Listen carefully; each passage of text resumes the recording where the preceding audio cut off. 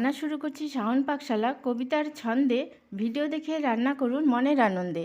নমস্কার বন্ধুরা, শাওন পাকশালাতে সবাইকে স্বাগত জানাই। আজকে একটা নিরামিষ আইটেম বানাবো। আজকে আমি বানাবো গাজর সর্ষা পোস্ত। তার জন্য আমি 4টে ছোট ছোট গাজরকে, একদম কচি গাজর নিয়ে এসেছিলাম।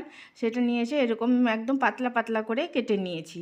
আপনারা যদি বড় গাজর নেন তাহলে ওটাকে একটু পাতলা পাতলা করে কেটে নেবেন। কেটে একটু ভাপ দিয়ে নেবেন, তাহলে ভালো হবে। আমি যেহেতু কচি ছোট গাজর নিয়ে কেটেছি, সেজন্য আমি আর ভাপ দিচ্ছি না। এখানে নিয়েছি 2 রকমের সর্ষে, 1 চামচ করে, আর 1.5 চামচ পোস্ত নিয়ে দুটো কাঁচা লঙ্কা দিয়ে মিহি পেস্ট তৈরি করে নিয়েছি। এখানে নিচে 2টো শুকনো লঙ্কা, কালো জিরে আর 4টে চেরা কাঁচা লঙ্কা।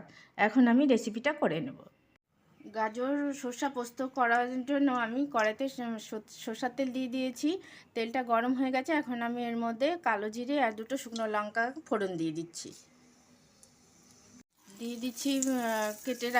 ধুয়ে কেটে রাখা গাজরগুলোকে আমি একটু ভাজা ভাজা করে নেব, আঁচটাকে মিডিয়ামে দিয়ে। গাজরটাকে আমি উল্টে পাল্টে হালকা করে ভেজে নিয়েছি। এখন আমি এর মধ্যে দিয়ে দেবো চেরা কাঁচা লঙ্কা। দিয়ে দেব পরিমাণ মতো লবণ।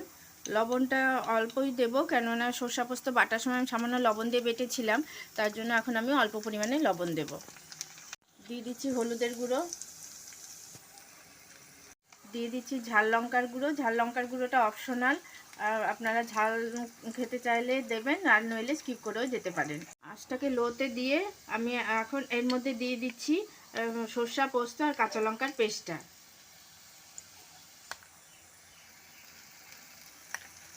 আঁচটাকে লোতে দিয়ে আমি এখন সর্ষা পোস্তর সাথে গাজরটাকে ভালো মতো করে মিশিয়ে নেব। এটা খেতে অসাধারণ লাগে খেতে। নিরামিষের দিনে এটা আপনারা অনায়াসে বানিয়ে খেতে পারেন। খুবই ভালো লাগে গরম ভাতের সাথে।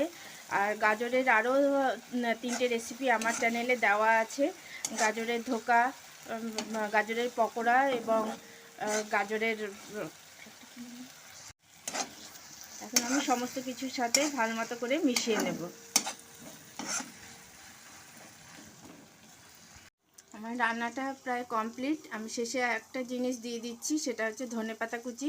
আপনারা ধনেপাতা পছন্দ করলে দেবেন, আর নইলে স্কিপ করেও যেতে পারেন। এটা খেতে অসাধারণ লাগে এবং খুব চটজলদি হয়ে যায়। দেখলেনই তো খুব কত তাড়াতাড়ি রান্নাটা হয়ে গেল।